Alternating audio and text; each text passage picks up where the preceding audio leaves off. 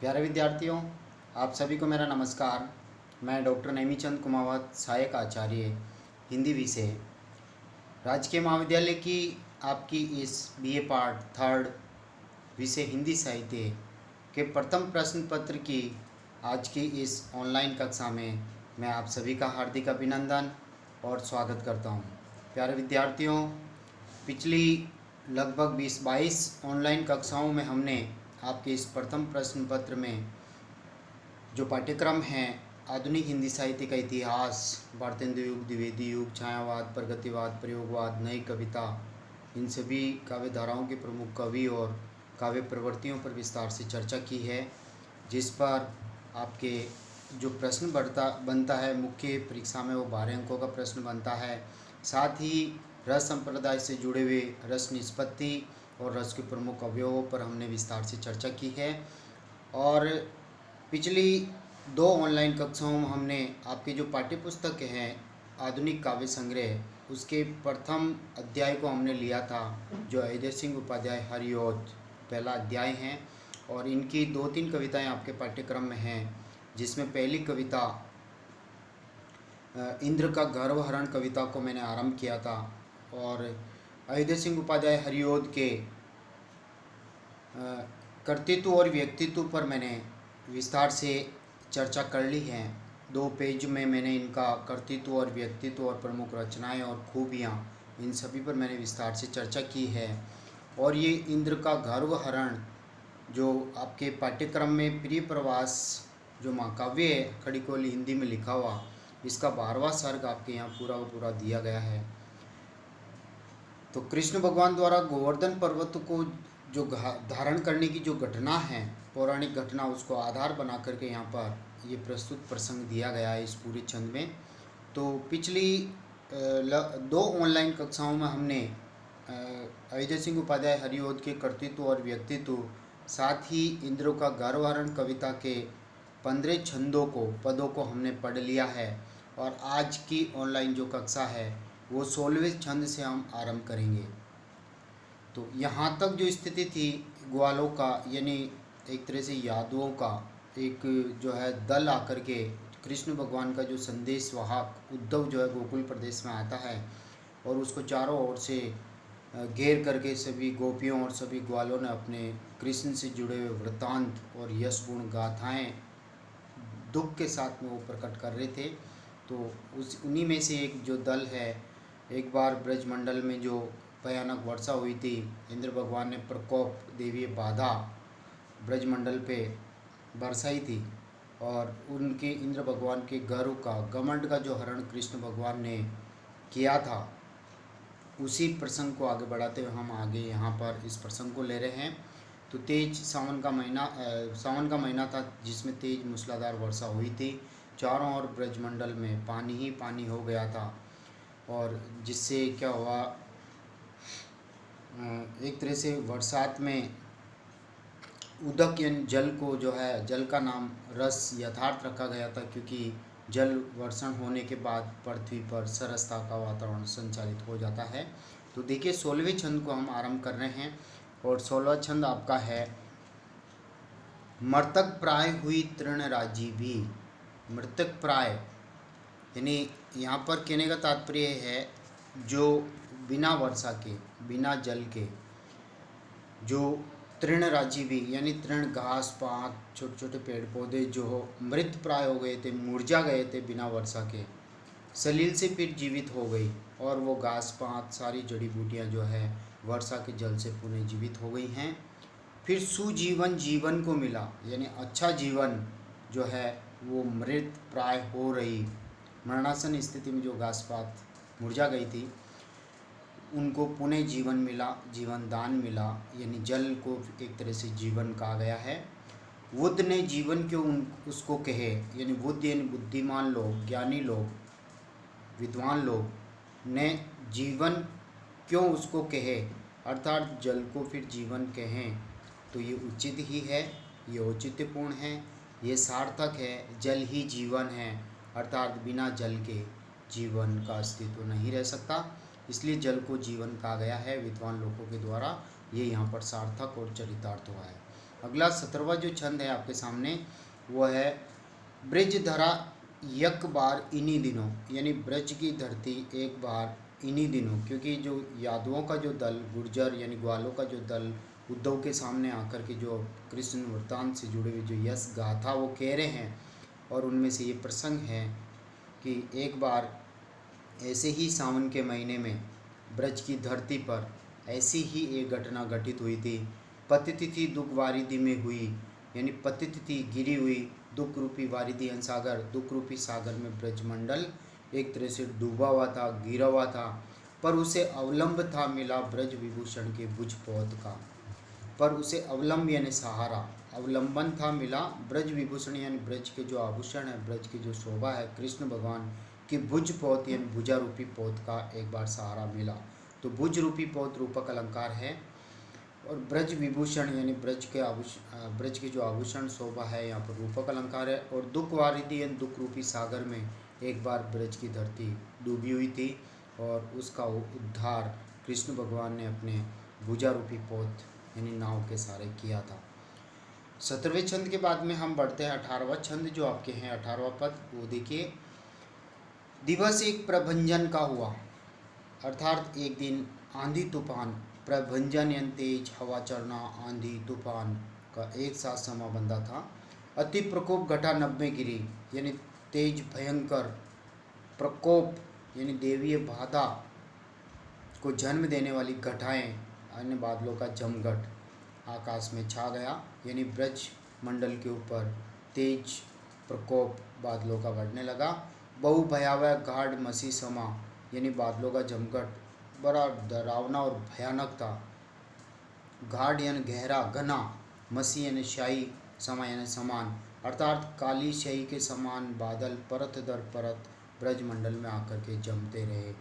सकल लोक प्रकंपित कारिणी, और उन बादलों के उस दृश्य को देख करके प्रकृति में जो इंद्र का जो प्रकोप छा रहा था उसको देख करके सकल लोक यानी सारे संसार के लोग यानी ब्रजमंडल के लोग कांपने लगे थे, यानी उनको कंपायमान करने वाला दृश्य वहाँ पर उपस्थित हो गया कि अब कुछ अनहोना यहाँ पर घटित होने वाला है, ऐसा आभास सभी को होने लगा। इस 18वें छंद के बाद में 19वें छंद की ओर हम बढ़ते हैं। अस्निपात समान दिगंत में, अस्नि यानी बिजलियाँ, अस्निपात यानी गिरना, यानी बिजलियों का वज्रपात हो रहा था। भयंकर बिजलियां गर्जना के साथ में गड़गड़ाहट करते हुए ब्रजमंडल पे गिर रही थी। समान दिगंत यानी दिशाओं में जहाँ जहाँ तक दिखाई दे रहा वहाँ पर बिजलियां गिर रही थी। तब महारव था बहुव्याप्त था, तब इन बिजलियों की चमक से जो बादलों की जो गर्जना हो रही थी वो भयंकर रव रव यानी आवाज़, भयंकर आवाज़ चारों ओर फैल रही थी। कर विदारण वायु प्रवाह का, दमकती नभ में जब दामिनी थी, दमकती यानी चमकती, नभ यानी आकाश में, जब दामिनी यानी बिजली, बिजली जब आकाश में उन घने बादलों में जब चमकती थी, तब कर विदारण वायु प्रवाह का, विदारण यानी भेदना, यानी वायु के तेज प्रवाह को भेद करके वो बिजलियाँ चमक रही थी। और वायु से भी तीव्र गति के साथ में बादलों की गर्जना यानी बिजली के चमकने की जो आवाज़ जो है वायु के प्रवाह को भेद करके भी आ रही थी, यानी भयंकर दृश्य आकाश में उपस्थित हो गया था। डरावना दृश्य जिसे सारे ब्रजमंडल के लोग कांपने लग गए थे। मतित चालित ताड़ित हो महा अति प्रचंड प्रभंजन वेग से, यानी जो बिजलियां जो आपस में एक दूसरे को टकरा रही थी, मथना, एक दूसरे में उलझना, चालित यानी चंचल, ताड़ित यानी बिजलियां अत्यंत चंचल होकर के एक दूसरे से टकराते हुए चमक रही थी। अति प्रचंड यानी भयंकर, प्रभंजन यानी तेज आंधी तूफान के वेग के साथ में बिजलियों की गड़गड़ाहट भी वहाँ सुनाई दे रही थी। जलद थे दल के दल आहार रहे, घुमड़ते गिरते ब्रज घेरते, यानी बादलों का जो समूह है वो समूह के रूप में दल के दल ब्रजमंडल में आ रहे थे। जैसे मानो कोई सेनापति के नेतृत्व में सेनाएं, अनेक सेनाएं, हस्ती दल, थल सेना, जल सेना, सारी सेनाएं जो आकर के जैसे बादल रूपी सेनाएं आकर के ब्रजमंडल को घेर रही है और उसके ऊपर आक्रमण करने वाली है। घुमड़ते गिरते ब्रज घेरते, और आकाश मार्ग में बादल जो है गर्जना करते हुए ब्रजमंडल को पूरी तरह से घेर रहे थे।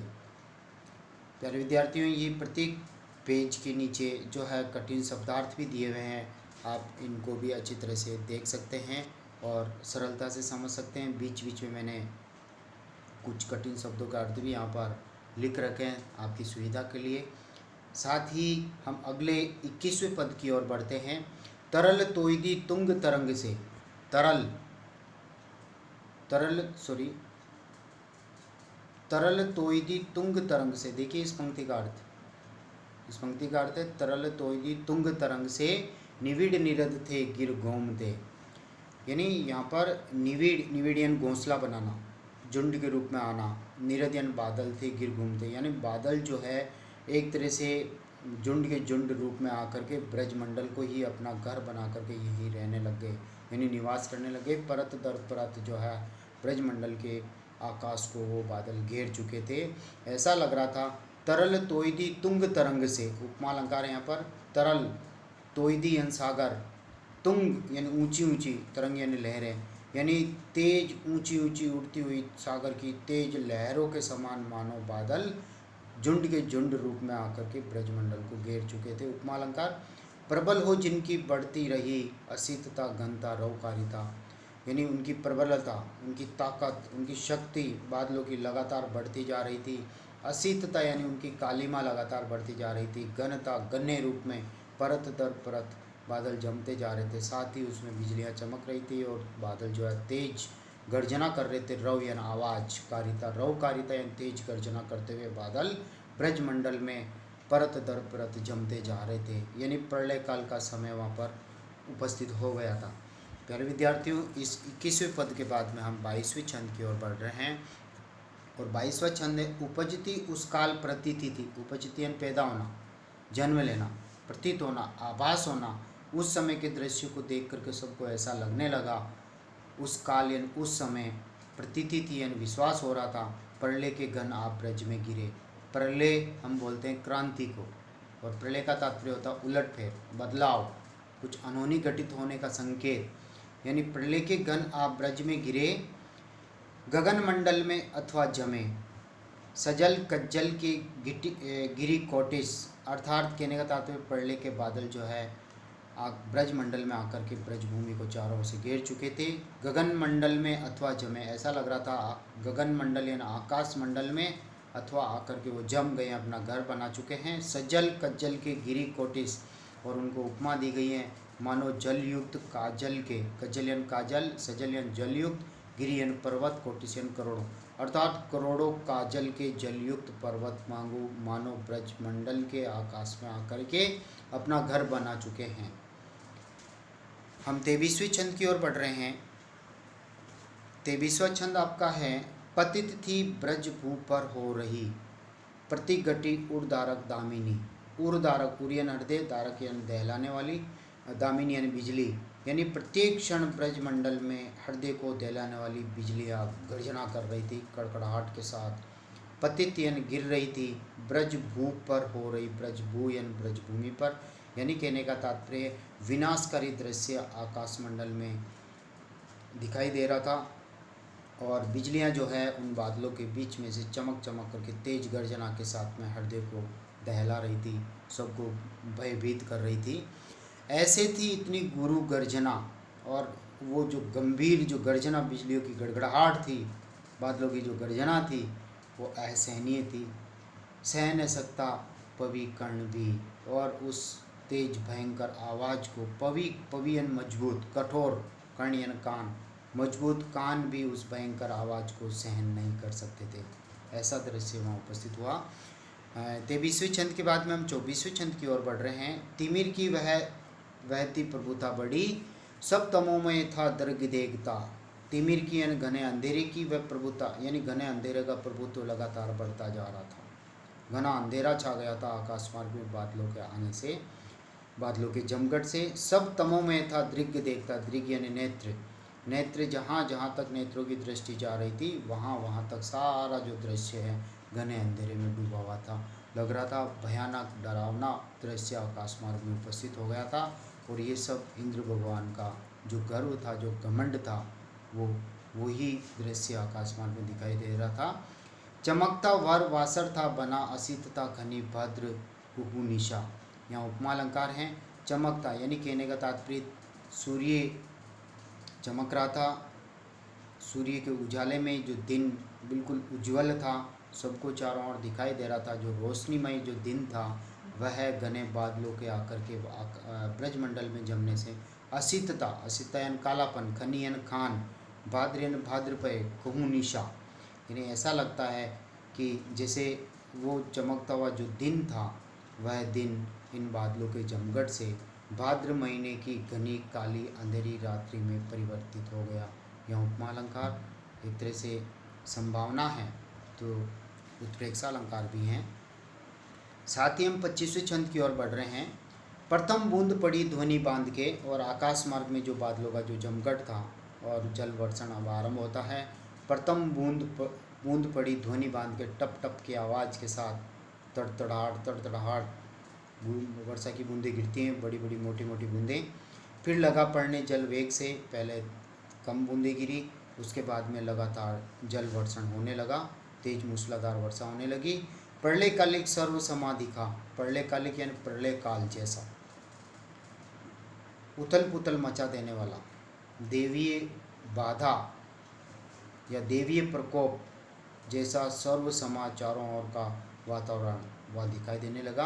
बरसता जल मूसलधार था, और मूसल यानी मोटी धार के रूप में लगातार जल वर्षण हो रहा था। अब हम बढ़ते हैं 26वें छंद की ओर, और वह जलद नाद प्रभंजन गर्जना। जलद नाद यानी जलद यानी बादल, नाद यानी आवाज़। एक तरफ बादलों की तेज गर्जना हो रही थी, साथ ही प्रभंजन गर्जना, तेज आंधी तूफान की आवाज़। विकट शब्द महाजलपात का, जलपात को यानी भयंकर, विकट यानी भयंकर, महाजलपात यानी तेज जल वर्षण जो हो रहा था, मूसलाधार जल वर्षा एक तरफ हो रही थी, एक तरफ बादलों की गर्जना, दूसरी तरफ आंधी तूफान, यानी आकाश, वायु, अग्नि, जल, पृथ्वी, सभी पंच भौतिक तत्व मिलकर के आकाश में प्रलयंकाली समा बना चुके थे। कर प्रकंपित पीवर प्राण को भर गया ब्रज भूतल मध्य था, यानी जो भयंकर जो आवाज़ थी, तेज आंधी तूफान, बादलों की गर्जना, तेज वर्षा होना, मूसलाधार वर्षा होना, कर प्रकंपित पीवर प्राण को, यानी जो मजबूत कठोर हृदयवान जो थे, मजबूत छाती वाले जो लोग थे, उनके हृदय को भी वह दृश्य प्रकंपित करने लगा, भयभीत करने लगा। सभी लोग उस दृश्य को देख करके कांपने लग गए। भर गया ब्रज भूतल मध्य था, और ये दृश्य ब्रज मंडल के मध्य में ये दृश्य छा गया था, जिससे सभी लोग भयभीत हो गए थे। सब डर गए थे कि अब ये क्या होने वाला है, हम किसी की अब जान बचने वाली नहीं है। और इस 26वें छंद के बाद में हम 27वें छंद की ओर बढ़ रहे हैं, और 27वां छंद है। सेबल भग्न हुई गुरु डालियाँ, तेज आंधी तूफान, बिजलियों का गिरना, बादलों की गर्जना, और बिजलियों की गिरने से क्या हुआ, सेबल यानी बलवान, मजबूत, बलयुक्त जो डालियाँ थी पेड़ों की, भग्न हुई गुरु डालियाँ, गुरु यानी मजबूत जो डालियाँ थी वह भी बिजलियों की गिरने से भग्न हो गई, टूट गई। पति तो करती बहुत शब्द थी, और वो डालियाँ पेड़ों से अलग होते हुए अर्राहट की ध्वनि करते हुए वो ज़मीन पे गिर रही थी, यानी सर्वनाश हो रहा था पेड़ों का भी।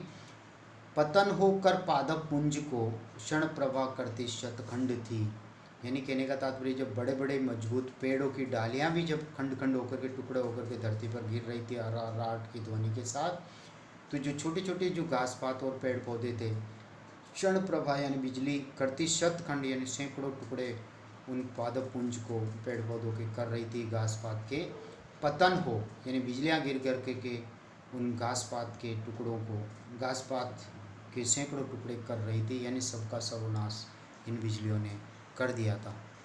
प्यारे विद्यार्थियों, हम अगले 28वें छंद की ओर बढ़ रहे हैं, और 28वां छंद आपके सामने हैं।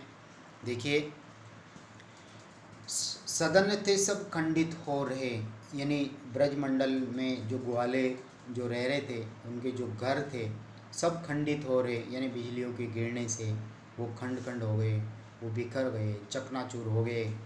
परम संकट में जन प्राण था, परम संकट में जन प्राण था, यानी कहने का तात्पर्य अब प्रत्येक ब्रजवासी के सामने उसके प्राणों को बचाने का संकट उपस्थित हो गया था कि कैसे प्राणों को बचाया जाए इस देवीय संकट से, इस इंद्र भगवान के प्रकोप से कैसे रक्षा की जाए। सैबल विजु प्रकोप प्रमाद से बहु विचूर्णित पर्वत श्रृंग थे। कवि यहाँ पर वर्णन कर रहे हैं हरिओ जी कि सैबल यानी बलवान, मजबूत, विजु प्रकोप से यानी भयंकर मजबूत बिजलियों के प्रमाद से, प्रमाद यानी नशा, यानी मानो बिजलियों को कोई नशा छा गया हो, वो नशे में मदमस्त है और भयंकर गर्जना के साथ में बिजलियाँ जो है ब्रजमंडल पर गिर रही थी, जिससे क्या प्रभाव हुआ। बहु विचूर्णित पर्वत श्रृंग थे। पर्वत श्रृंग, श्रृंग यानी शिखर, चोटियाँ, पर्वतों की जो ऊंची ऊंची जो चोटियाँ थी बिजलियों के गिरने से विचूर्णित अर्थात वो चूर्ण चूर्ण हो गई, वो टुकड़े टुकड़े खंडित खंडित वो पर्वत हो गए थे। जब इतना भयंकर प्रकोप जब बिजलियों का हो तो घर की क्या बिसात है। छोटे छोटे घर जो ब्रजवासियों के थे वो सब टुकड़े टुकड़े हो गए हैं। देखिए अगला 29वां छंद की ओर हम आगे बढ़ रहे हैं। 29वां छंद है दिवस बीत गया रजनी हुई, यानी इसी तरह से दिन बीत गया और रात हुई, फिर हुआ दिन, रात भी बीत गई, फिर दिन हुआ, किंतु न अल्प भी यानी थोड़ा सा भी कम हुई, तम तोम प्रगाढ़ता, यानी बिल्कुल न तो अंधेरा कम हुआ न तोम प्रगाढ़ता, यानी न जलपात रुका न हवा थमी, यानी तम तोम प्रगाढ़ता यानी घने अंधेरा जो लगातार बढ़ता जा रहा था उसमें कोई कमी नहीं आई, न जलपात रुका यानी वर्षा का जल जो लगातार गिर रहा था मूसलाधार रूप में वह रुका, न हवा थमी यानी तेज आंधी तूफान, इनमें किसी में कोई भी बदलाव नहीं आया। आगे हम 30वें छंद की ओर बढ़ रहे हैं और 30वां छंद है सब जलाशय थे जल से भरे, यानी जो तालाब थे ब्रजमंडल में वो सब जल से परिपूर्ण हो गए, सब छलकने लगे। इसलिए निसी वासर मध्य ही, निसी यानी रात, वासर यानी दिन, एक रात और दिन के मध्य ही जलमय ब्रज की वसुधा बनी। और जब छोटे छोटे तालाबों में जा कर के पानी एकत्रित हो गया और वो छलकने लगे, उसके बाद ब्रजमंडल पर चारों ओर पानी ही पानी दिखाई देने लगा, यानी ब्रज की भूमि जो है जल में डूबने लगी, जलमग्न हो गई। सलिल मग्न हुए पुरग्राम भी, और छोटे छोटे जो ग्राम नगर कस्बे थे वो भी जलमग्न होते हुए वहाँ देखे जा सकते हैं।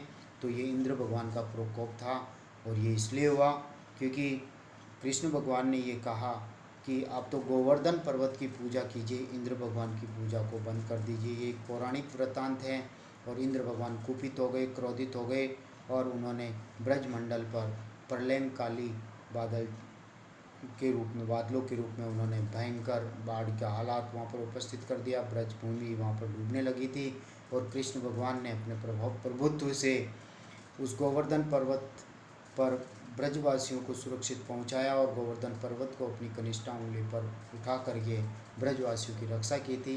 ये वृत्तांत है और ये वृत्तांत जो है यादवों का, गुर्जरों का दल जो है कृष्ण के मित्र उद्धव को वहाँ पर जो ब्रजमंडल में आए हुए हैं उनको वो सुना रहे हैं, उनकी यश गाथाएँ गोकुलवासी सुना रहे हैं। तो वही एक प्रसंग यहाँ पर ये दिया हुआ है। तो प्यारे विद्यार्थियों, आज की इस ऑनलाइन कक्षा को हम यहीं समाप्त करते हैं। अगली जो ऑनलाइन कक्षा होगी वो 31 यानी 31वें छंद से हम आरंभ करेंगे। प्रत्येक कक्षा में हम 12 से 15 तक आपके पद पढ़ रहे हैं। तो अगली जो कक्षा होगी वो 31वें छंद से लेकर के 45वें छंद तक यानी 15 पद हम पढ़ेंगे। तब तक के लिए जय हिंद, जय भारत, धन्यवाद।